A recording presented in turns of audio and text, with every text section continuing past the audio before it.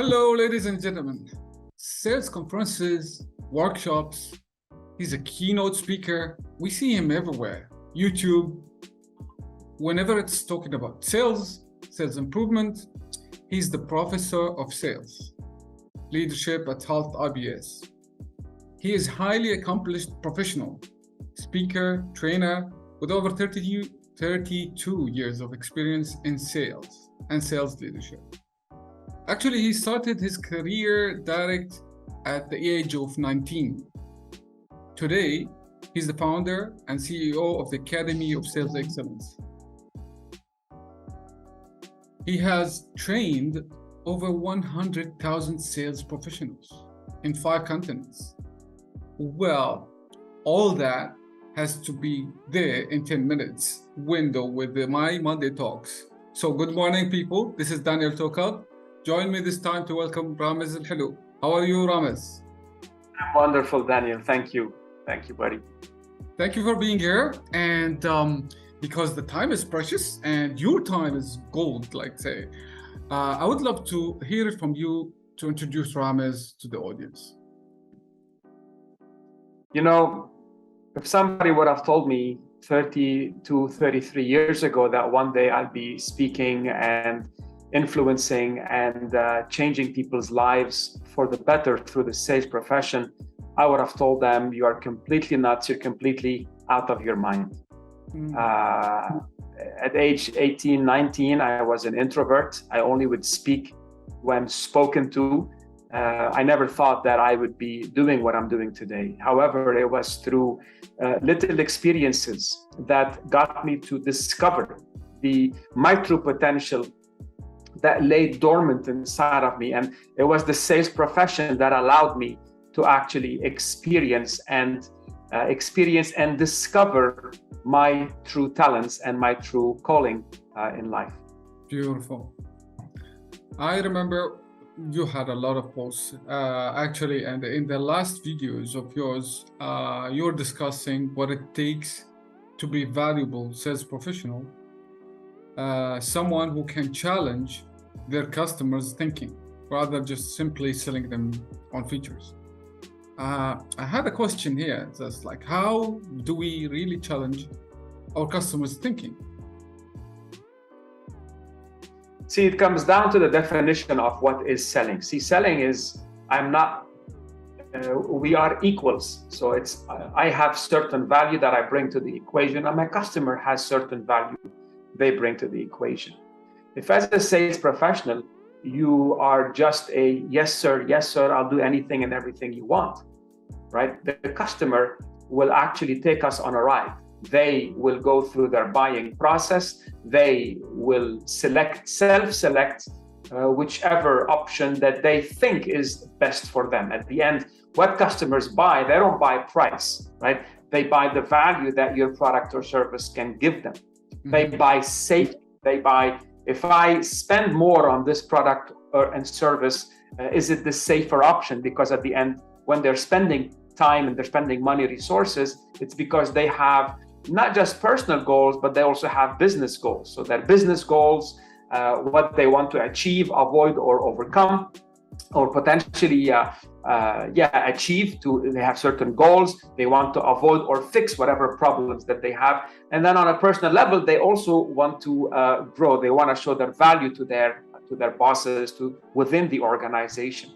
So how do you challenge the customer? I don't call it, maybe the concept of challenger sale is what you've heard, and that's really where I utilize the word challenge. To me, I call it tough love. Yeah, the key is to actually let my customer know that this is the better option. So I get to know the customer's business. I get to know the customer's objectives, sometimes even better than they know them themselves. Being in the learning and development field, having worked with thousands and thousands of sales professionals, I will tell you that very humbly, I know what is the better path to success when it comes to sales capability building, right? And maybe the customer might they might want to self-prescribe, yet I will challenge, I will make them question, I make them doubt that is what they are prescribing really the best option for them. And when we are equals, because I bring in value, they also bring in value, when we're having this conversation, it does create synergies. So the customer looks at me, and what we teach to our clients is to allow the sales professionals, the account managers, to not just show up and vomit over the customers with their features and advantages and benefits. Actually, of course. But also, I'll keep quoting you when you said the selling style most likely to win with today's buyers. So what's today's buyer? How does it make him different than, let's say, if we can say, yesterday's buyer? See, yesterday's buyer was yesterday's buyer is before the internet. So before the internet, a lot of information was hidden. Only the sales professionals would show up and educate the buyers. Today's buyers know more about a lot of products, solutions, and scenarios and situations. When you show up, they know more. If you go into a meeting thinking that today's buyer is like yesterday's buyer, you're making a drastic mistake. Now, in spite of information being available, because there is a lot of information, the information gets to be overwhelming.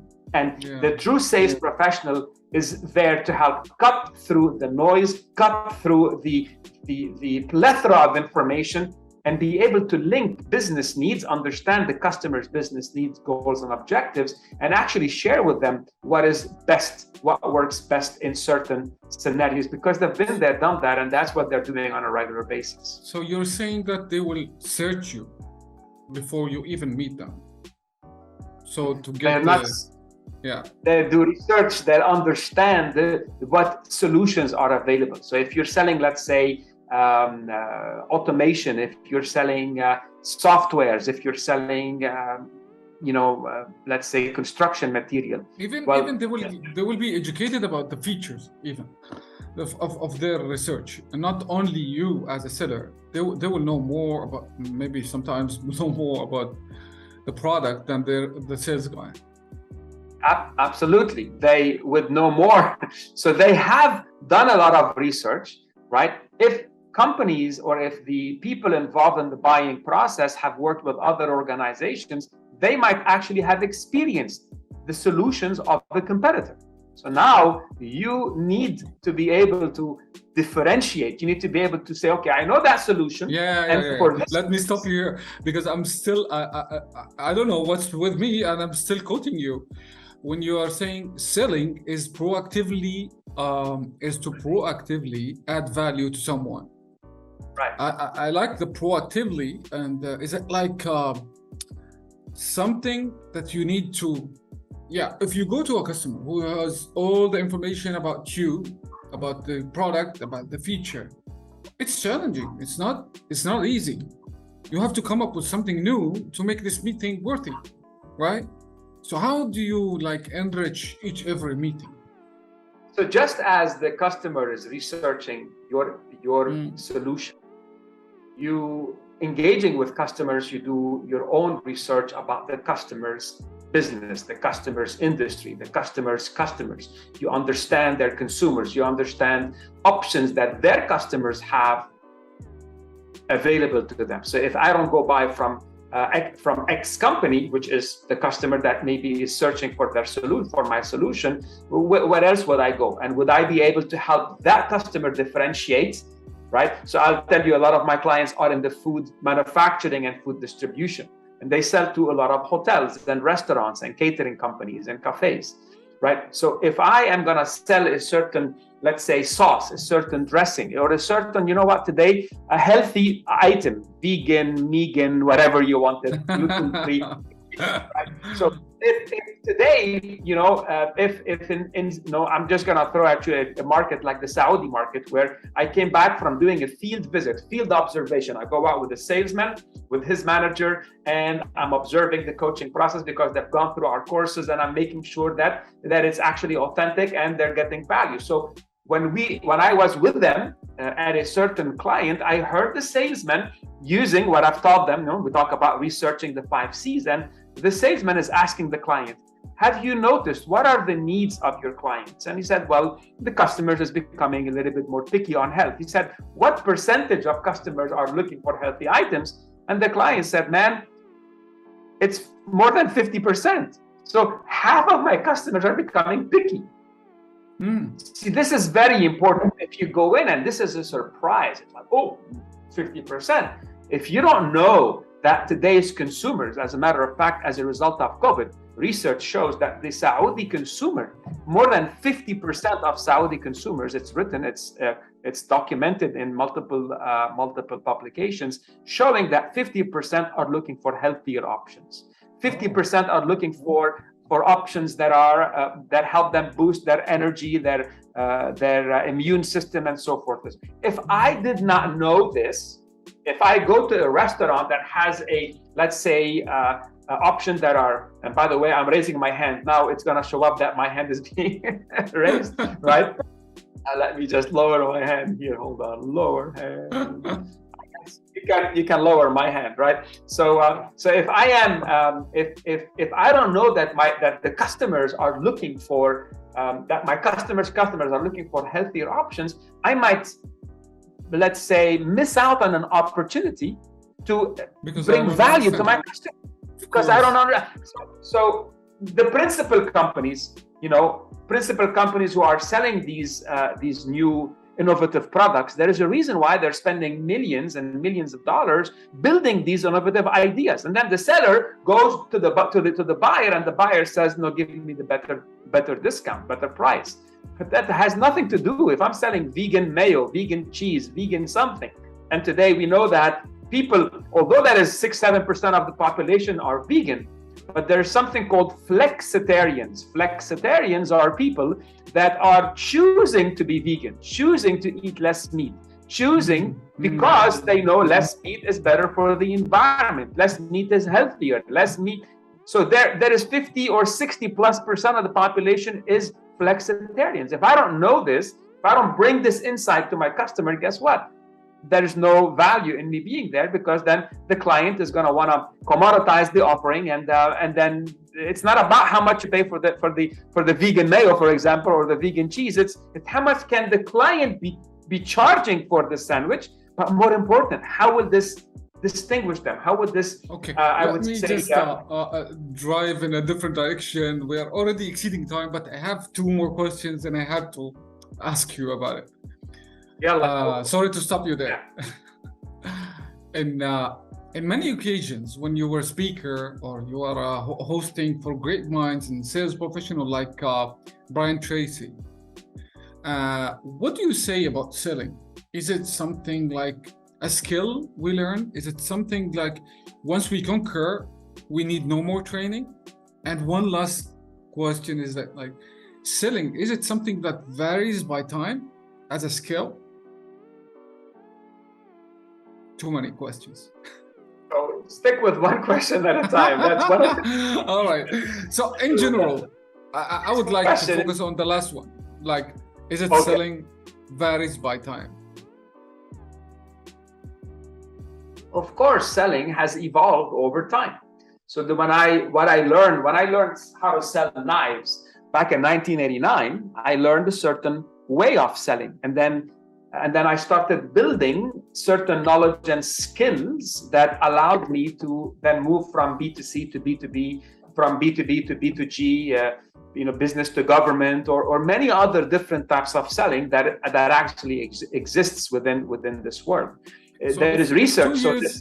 2 years, going back to your example of 2 years back, I was selling knives, and I learned it, and I took whatever lesson I need, and I experienced all the stories I might encounter, and so I'm a good seller with knives. Then I decided after this 3 years, for example, to sell computers. What does that change in my attitude, in my skill? Right. So what is constant in selling is a mental sport, right? You're going to face rejections. You're going to face obstacles. You're going to face difficulties.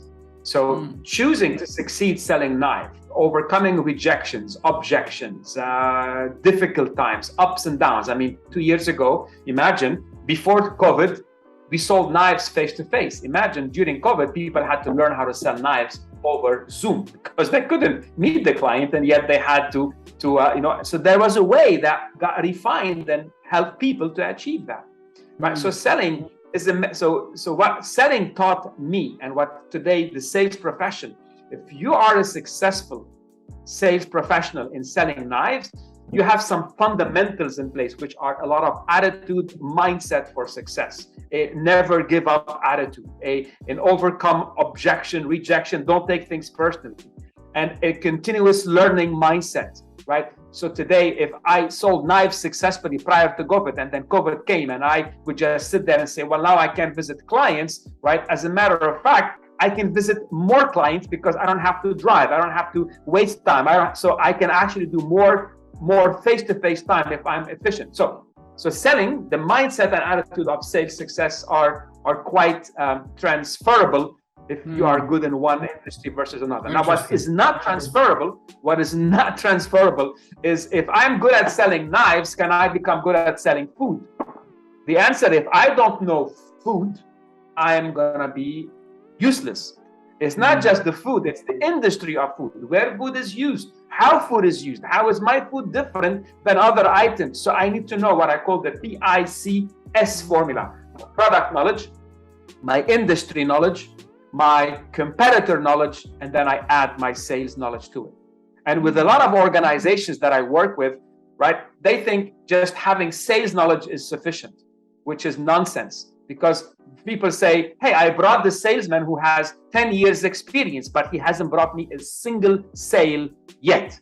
Well, he could have 10 years experience, while in fact it's equivalent to 1 month experience repeated over 10 years. Moving to that direction, what's the base break, let's say, to differentiate that this is what's the main thing that to say this is a sales guy and this is definitely not a sales guy?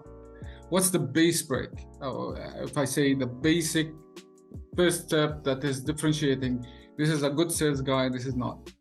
Is it like he has good networking, he has good relationships, he has trusted partners? I'll give you research-based content. According to a Harvard study, there are 2 main competencies that differentiate top sales professionals from not the top sales professionals. And the number one thing is empathy. Top sales profession are empathetic. They're able to put themselves in the shoes of their clients and understand where the client is coming from. They have awesome listening skills, awesome questioning, clarifying skills, right? They're not going in to vomit all over the customers. They're not going in with a meditated approach that it's my way or the highway. They go in to build this relationship with the client. The second thing is what we call drive. And drive is the passion, the determination to do whatever it takes to get results. Now, let me tell you what sales is not. If I'm totally driven, if I'm not empathetic, imagine driven without being empathetic, I get to be pushy. I get to be, hey, let's just buy. But see, empathy without being driven is like, oh, I can totally understand. And it could actually deviate into being sympathy, right? Yeah, I totally understand.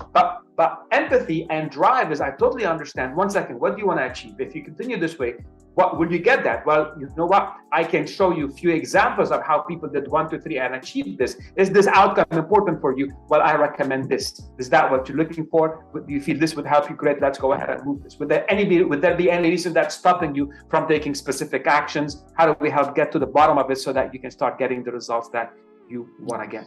Beautiful.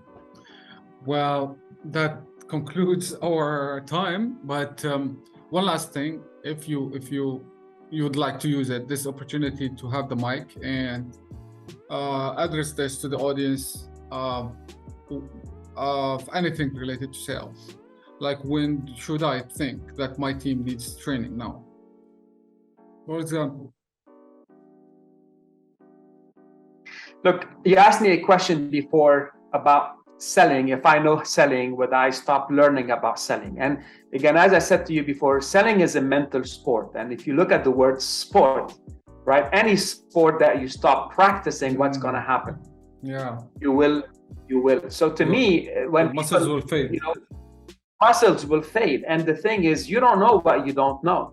And it's only when you have these world-class coaches today, sales leaders. So the success or failure of any sales training program is not just the provider, right? So if people do training not with Ramez or not with the academy, but with another academy, that's perfectly fine, as long as there is this clear communication. And today we know that once the learning is done, it's the sales leader's job to take this knowledge and help refresh, reinforce, and readjust the content so that the students or the learners, the sales professionals, are always up to date with this information and are always getting value and being reminded of these basics.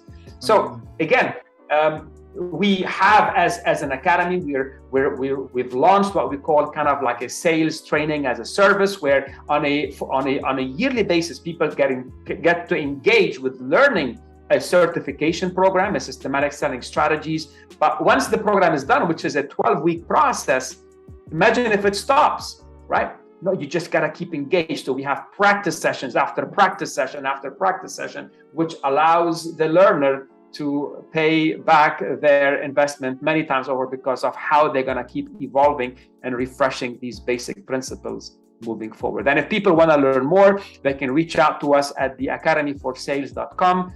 Simply ask for a request to communicate or connect with me on LinkedIn. I'll make sure to add this link to the post. And it was so lovely to have you here with us, Ramez.